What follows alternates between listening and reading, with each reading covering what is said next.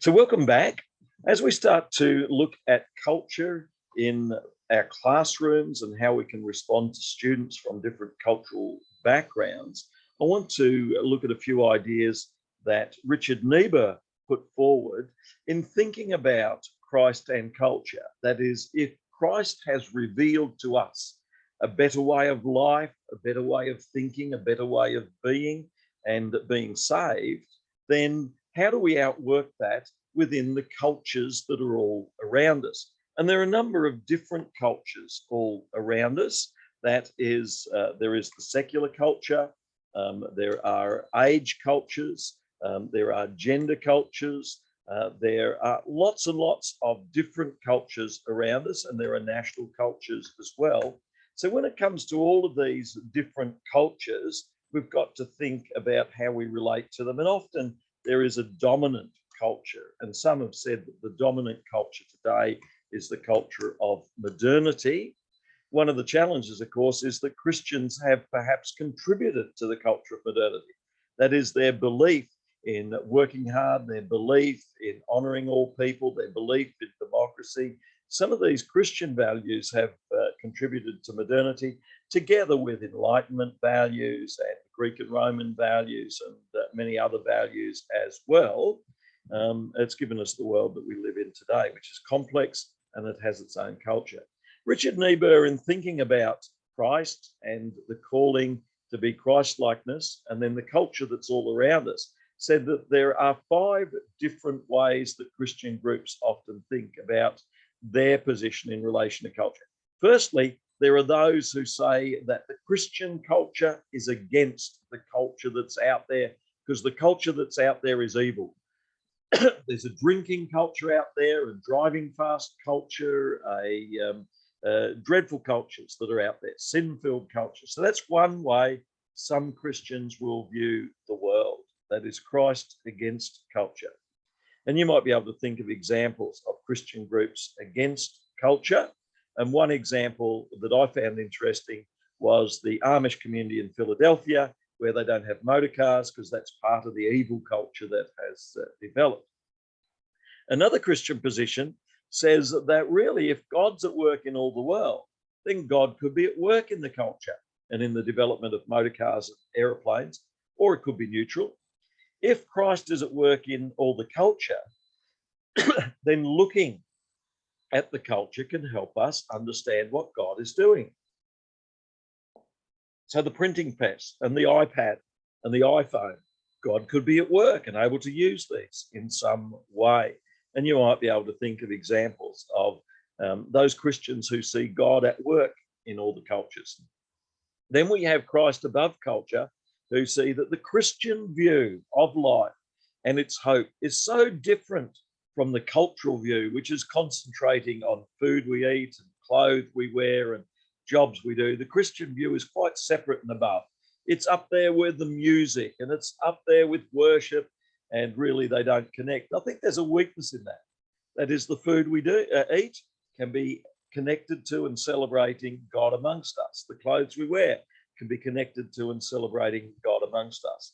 So that's the discussion on the Christ above culture position. And then there's the paradoxical position, which says, like the book of Romans, that the culture is often proud, selfish, individualistic. So that's one way of saying that the Christian position is humble, is communal and caring and aware of others. So there could be paradoxical differences between Christ and culture, and that would be another way of viewing the world. But if we were to take that position, we're missing out on recognizing that both communal and individual can be both expressions of the Christian culture. We could recognize that sometimes standing up and sometimes sitting down can be different views of culture. But Niebuhr says that this position is what he thinks is the most biblical. That is, Christ is the creator and transformation of culture. He's the transformer of culture. That is, Christians bring about the development of a healthier culture, a Christ-transformed culture.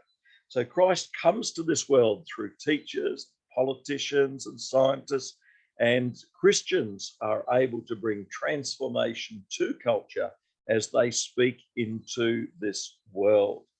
And so there are 5 views. Can I get you to think of your experience of these 5 views? Which one do you think is most prevalent, and which one do you think is the best view? So in your view of church, are churches mostly bringing transformation? Are churches mostly seeing it as paradoxical difference? Are churches mostly seeing the Christian view above culture? Are churches mostly seeing the Christian view bringing about culture of culture? Or are they against one another? And which one do you think is the healthiest of these viewpoints? Reuben, what are your thoughts on what types of positions do you think we see in churches, and then what is healthiest? I think I've missed the first part of all this information because I was late to the room. But I think healthiest, one of the main instruction, Matthew 28, as Josie brought it up before, it tells us to go and make disciples of every nation. So that involved right there a cultural shift for the disciples, especially, who were constantly involved with just Jews and not Gentiles, I guess. So that tells us that we do need a cultural shift to a certain amount, I guess, and that as part of that is just the renewal of the mind, and that's what it's all about, I guess. Yeah, that's well said, that it brings change within the spirit and the heart and the mind. Gabrielle, do you have thoughts on which sort of churches do you see out there and around, and which one's the healthiest? Golly, that's a big question. I don't know if I have enough authority to talk about which church is necessarily the healthiest. I think that our expression of praise towards Christ, I don't think it should be necessarily put in a box of, well, this is healthy and this is unhealthy. And I'm not gonna lie, I wasn't here. I went out to the bathroom, so I don't totally have context for what we're talking about. I personally go to a Pentecostal church, but I'm not going to say it's more or less unhealthy than someone who goes to a Baptist church or a Catholic church. Like, if that's the way that they're going to experience Christ, who am I to make a judgment on that? Yeah, well said. I think you show sensitivity to the diversity well there. Stephanie, what are your thoughts on what you see in churches, and which ones the more healthy or unhealthy positions? Yeah, again, I think there's value and merit in all of them. I think I think it's interesting that you hear from non-Christians, you would probably hear that they think Christians are like the Christ against culture kind of thing. Like, they're saying, like, you're doing the wrong thing. That's not what you should be doing. So I think sometimes other cultural perspectives is that Christians are against culture. But I like the 5th one, the Christ as the transformer of culture. I think that that's probably the one that I relate with most, is that Christians have influence in the world, and we should be using our faith and stepping out in our faith to influence those around us and disciple and all of that. So I think that that's probably one that I would associate mostly with like my church experiences. Yeah, I think that's right. I think most churches do seek to be transforming in a healthy way. And so when they say we're not drinking, they're not seeking to be judgmental, but they're seeking to bring a healthy relationship with alcohol. And when they say we're not swearing, they're seeking to bring a healthy understanding of language. So I think churches seek to bring healthy transformation, though, as you've said very well, there are people out there in the world who see it rather differently. So that's a very useful book, Richard Niebuhr, Christ and Culture, and you could find that very useful to you.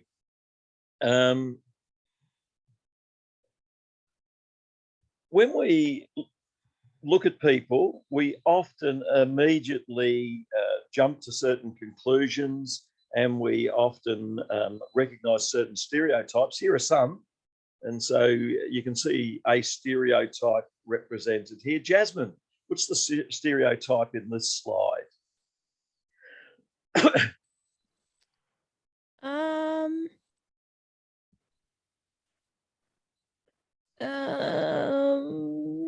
I don't know.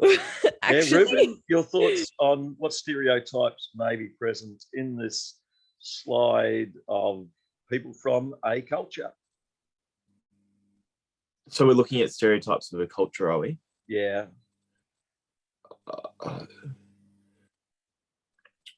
I wouldn't say it's necessarily specific for a culture, but I'd say for a generalized society, it's showing the man holding the money whilst the wife has the kids. I guess that would be a stereotype, which isn't necessarily fair, as it'll be a shared load. I think that's right. And so this could be the way things are, and it could be in an actual magazine or newspaper over in another country. But not everyone is going to have the man controlling the finance and the woman looking after the kids. And so we've got to be careful of the stereotype while recognizing that may be true of some cultures. Some other examples of stereotypes include from this book from quite a long time ago, women check out at supermarkets, teaching, elevator operator, typing, waitress. This is back before electronic computers, while the men are out there being policemen, mailmen, milkmen, firemen, salesmen. And so there were different cultural viewpoints 50 years ago that are found in advertising and in books that we see today. So culture and its stereotypes can be found in gender, male, female, race, ethnicity, sexual orientation, religion. There can be labels that we put on. We mentioned the Pentecostal before. That can be labeled a certain way, and yet the people within a particular church can come from many different backgrounds. Socioeconomic's a big one.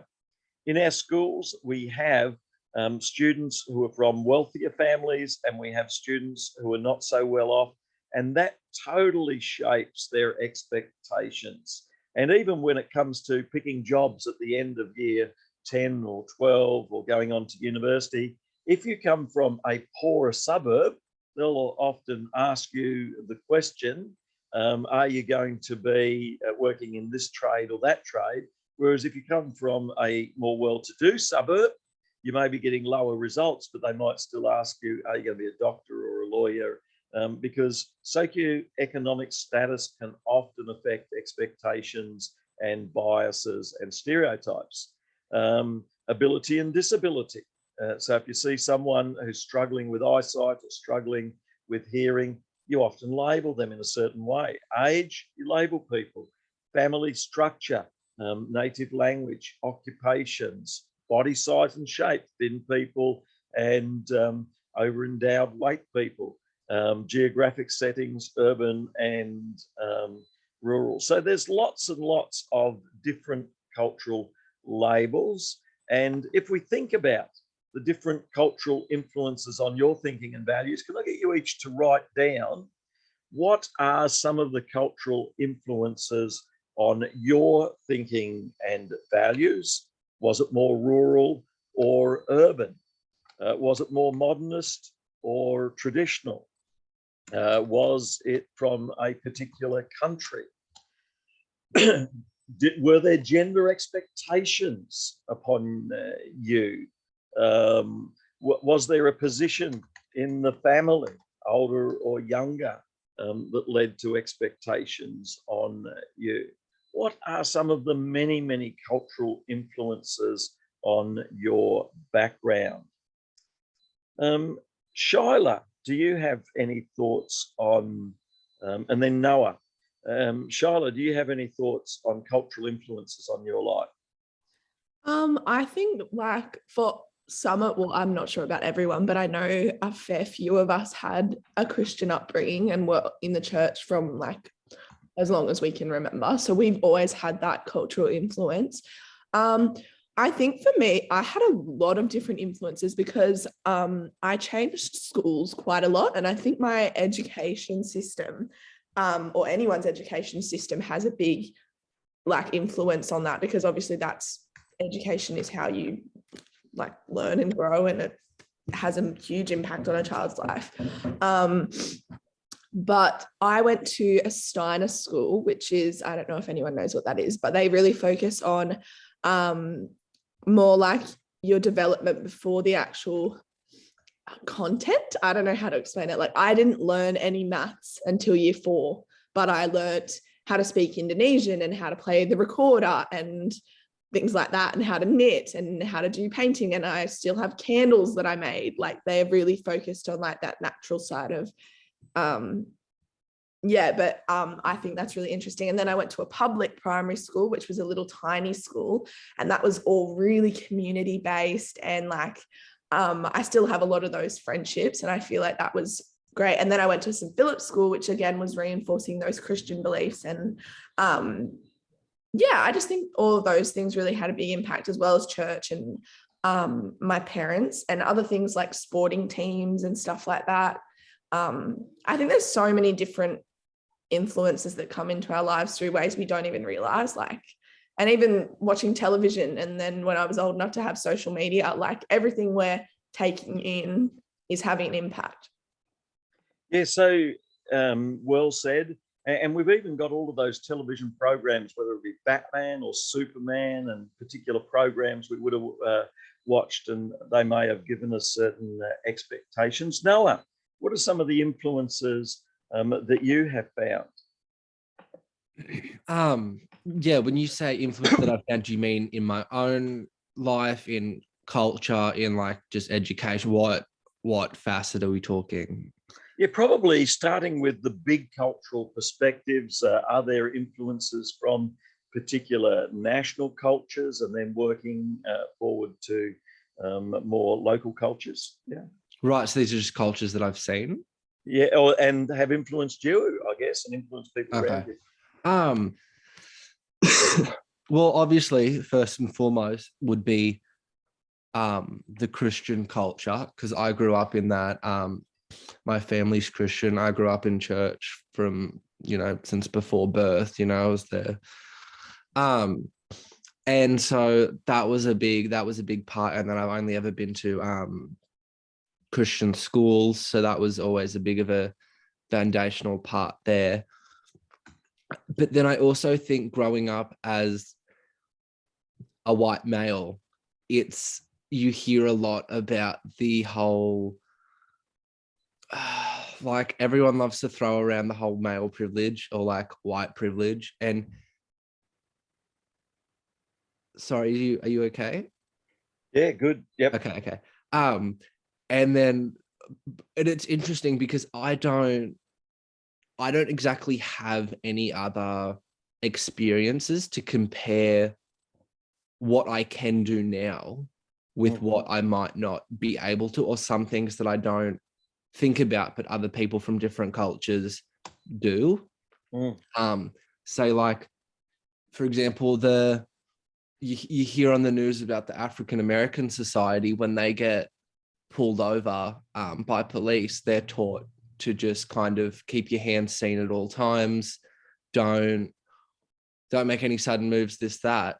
But like, if I get pulled over by the police, I'm not, okay, cool. How can I help you, officer?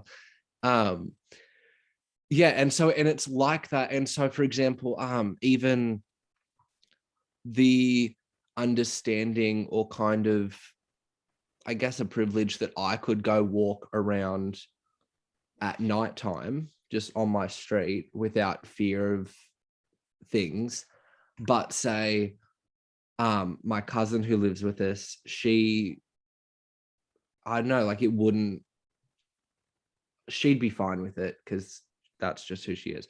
But I personally would feel uncomfortable her just walking around in the dark by herself, because you hear about how the kind of that female demographic is often targeted because for some reason they are seen as weaker, which obviously isn't correct, but that's just how it's seen. And so it almost, because of that false belief, it then perpetuates through that kind of almost kind of targeted behavior. Yeah, absolutely. And so that's I think that's interesting, because even though I'm not female, it's Yes. that understanding that has then shaped like my understanding and my thinking. Yes. That it's like, oh, okay,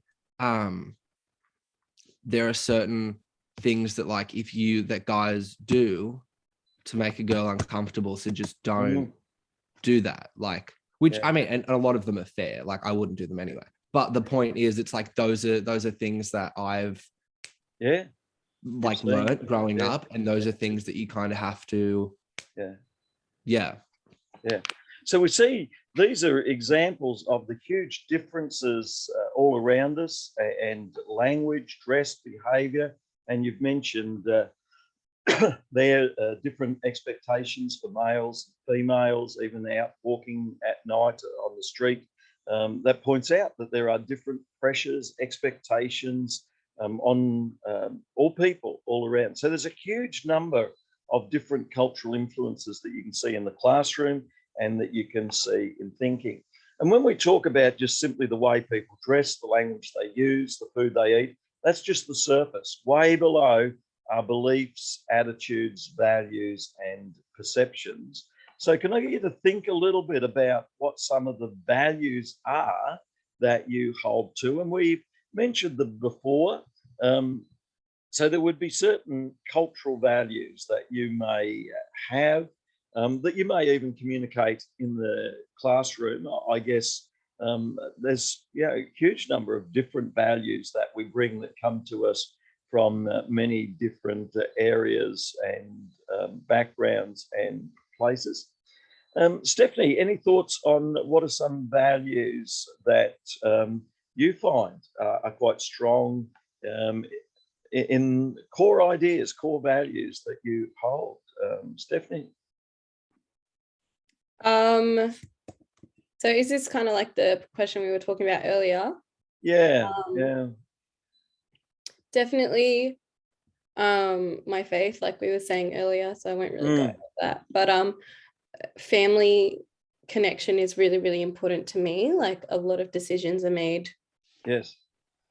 together, and also with like extended family and that sort of thing, where like I'm really lucky in the sense that we're really, really close. But like something that happens in my immediate like parents and siblings affects the cousins, aunties, uncles, grandparents, that sort of thing. So I suppose there's other cultures where that may not be as important, or different family setups where it's a bit different. But yeah, so that influences the way that I live my life, because I guess I take my family into consideration a lot more.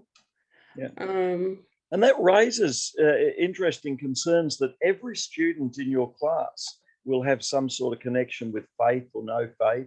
Every student in your class, they'll be thinking about family matters that are going on, brothers and sisters and siblings. They'll be thinking about what goes on before school, and they could all be very, very different, couldn't it? And what goes on after school and on the weekends. And so I think there are all of these differences that are taking place all around us. And to understand the culture of your students, it's important to understand all of these differences that are all around. We need to have a sensitivity and awareness of the different cultures of our students, but we need to go beyond that and recognize that there are differences between those who see life as competition, some of the young boys in your class, and those who see life as cooperation and working together. We need to recognize that some people are after quick results and others are more patient. We need to recognize that some see the value of independence and individualism, and others see the value of working together. Some see the value of taking risks, and others see the value of avoiding risks. And so there can be huge differences. So how do we respond in terms of a culturally responsive teaching? We need to validate the value of all the students and their cultures. We need to be comprehensive and have some knowledge of the diversity and not just label the cultures. We need to be multidimensional and recognize it affects all areas of life. We need to promote empowerment and freedom and emancipation. That is, students should be free, not to be bound by cultures. And then we have that Christian perspective of transformation and change that we want to bring to pass. So a culturally responsive teaching recognizes that culture is important, and it seeks to empower all the students from all their different backgrounds, intellectually, socially, emotionally, and politically. And it recognizes and identifies the value of the different backgrounds and the way it affects the students and the ways in which they learn knowledge and skills and attitudes. So there's huge differences there that we need to be aware of. And there's a number of ways that we can foster cultural awareness and healthy responses. One way is that we need to show interest in our students and their cultures and backgrounds. So whatever background, we need to show that we're aware of the differences and we're going to work with the students, that we encourage them. So we need to be careful of a them and us that sees one group as at war with another group. We need to recognize that students can have a certain fear or shyness. We need to avoid labeling students, and we need to educate students about tolerance and respect for differences in cultures. Secondly, we need to redirect our role in the classroom from just instructing to facilitating. So it's so easy for us to be talking down from our position, our white male, female position, to the students as an instructor. Whereas if we recognize all the different students from all the different backgrounds as learning together, then we can facilitate their learning. And I guess you need that balance between being firm and fair and friendly so that we facilitate the students, but at times we'll have to bring them together and instruct them as well. Thirdly, we need to be sensitive to all the different cultural concerns, including language and language differences and language challenges. And then fourthly, we need to have a high expectation that all the students will do well. And then fifthly, we need to check our own attitude. So we need to encourage the students to check their own attitude, and so to self-test. And then 6, we want an inclusive curriculum that respects all the cultures and differences. So schools have a responsibility to teach all students how to be aware of different cultures and different ways that people in different cultures see things. And in this third assignment, the big assignment, then we'll be looking further at that, and we'll be going further with that. We need to be aware of there are core areas of culture that we're going to hold to. That is, we need to respect persons, and often our Christian influence and our view is what is healthy. Some people would call it a humanist recognition of the value of all human people. And at the same time, we need to recognize that we could have flexible views. And I was listening before about a lady who had always thought people who wear veils and burqas, then really when you come to Australia, you should take them off.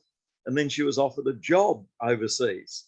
And so she had to put on the head covering when she went overseas.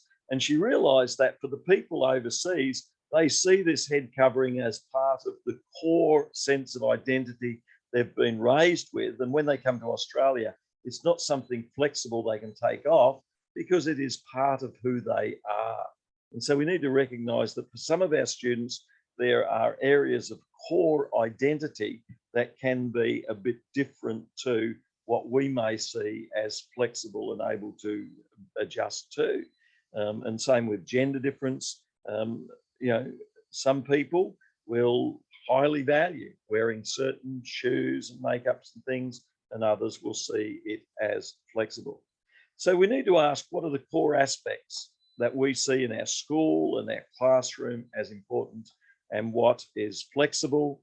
And we need to think about how we adjust to the differences that we see that are out there so that we are ready to interact with those differences.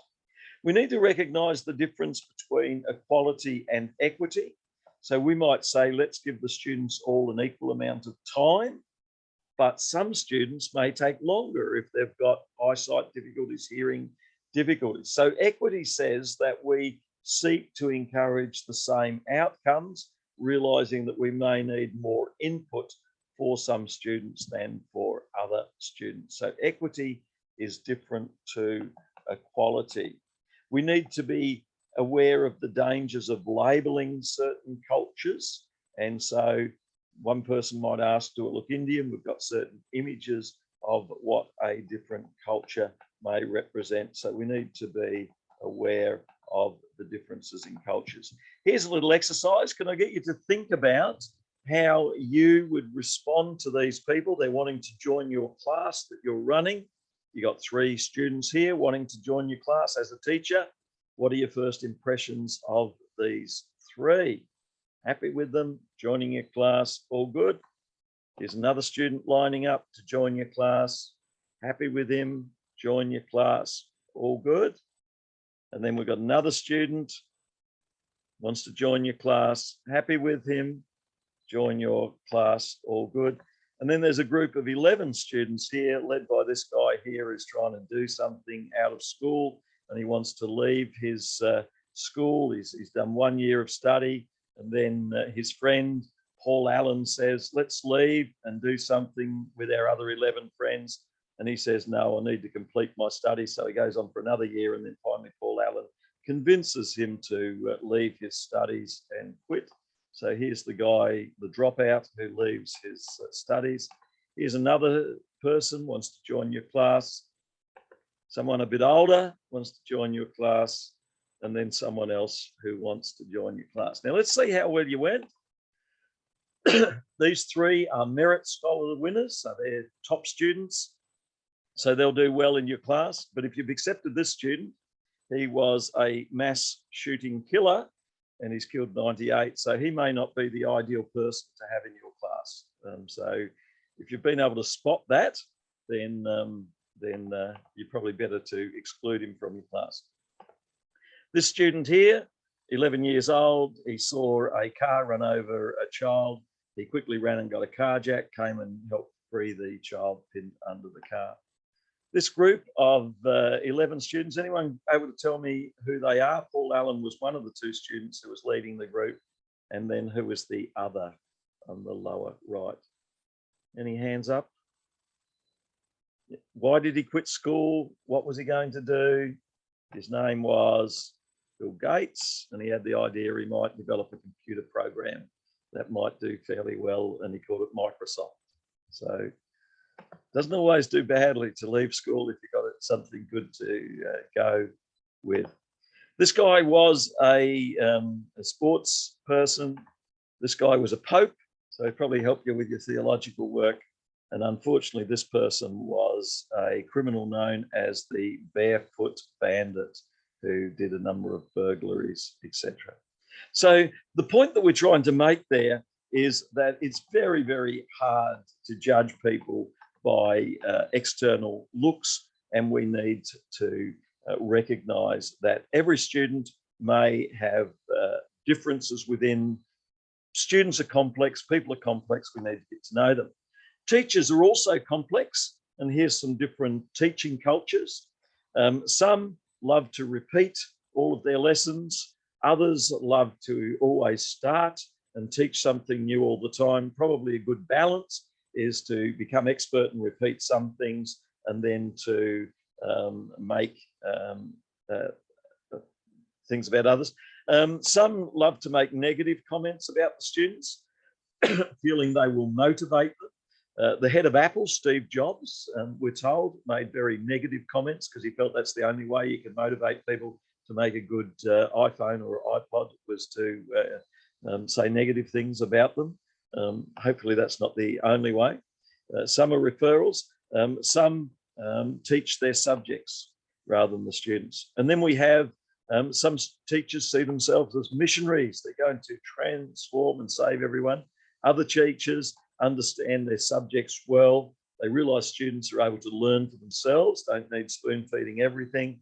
They teach students rather than just the subject, but they know their subject well, and then they differentiate different strategies so that they teach all students. And then there are some who coach the students as well.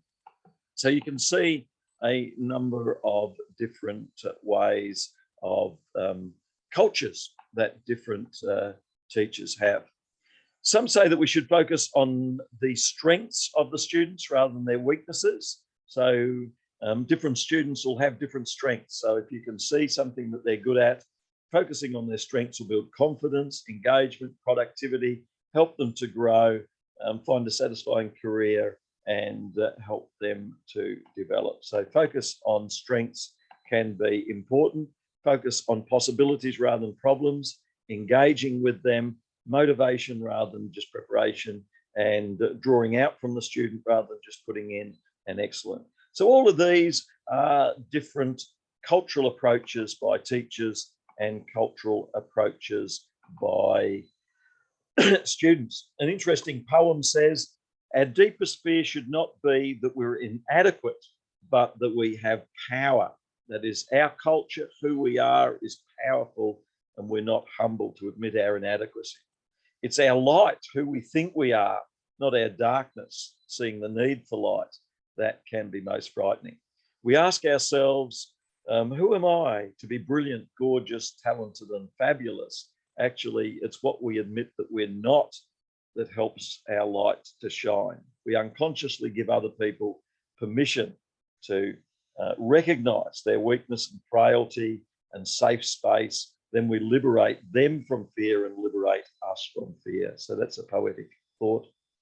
So we've looked at a number of different aspects of culture today. Can I get you to write down what are some of the things that have stood out to you today in terms of the importance of culture for teachers, the importance of culture in thinking and learning and education and critical thinking? What are some things that stood out to you today? Gabrielle, thoughts on some things that stood out to you? I really liked when you were talking about it's important for us as teachers to remember where our values come from and how that's influenced by like our culture, like and what we've been brought up in. I really just appreciated that you spoke about that. And then also just having an awareness of culture in the classroom and how that affects our students and how we can, like incorporate that in a way that's not, like I said before, cheesy or cringy or making them feel like they're devalued because of it. Yeah, so good. Jasmine, your thoughts on what stood out to you today? I think in general, it was just nice to kind of engage and evaluate our own values and cultural beliefs, because I think the first step in a classroom as a teacher to make the classroom have equal opportunity for everyone is to know where you're coming from and to know where they're coming from and then to move on from there. So I think that was really good. Yeah, I think self-understanding, self-knowledge. So very, very good. Stephanie, what stood out? Yeah, a few things. It was just good to talk about like the different types of culture. I sometimes forget or don't really consider that things like how you relate to the world is part of your culture, like the collective and the individualistic, and then the tasks and relationship kind of things that influence that. And I liked the 5 ways that Christians can relate to culture or respond to culture. I thought that was a interesting discussion as well. Yeah, I think that's got such value in it, isn't it? And it makes us think about what's the way we respond. Yeah. Rachel, what stood out to you? I kind of just liked hearing everybody's like different opinions of like they're growing up and so their values may not be the same as mine or they view things slightly differently. But like in that core coming back to we're all teachers and wanting to do what's best for our students. And it was kind of nice that, you know, hearing all those different viewpoints, but the ultimate goal being we want to respect all of our students and be the best teachers we can, irregardless of what we think. Yeah, so good. So we might conclude there. I think that's drawn together some really valuable points. Can we move on then in the last 5 minutes to ask what are some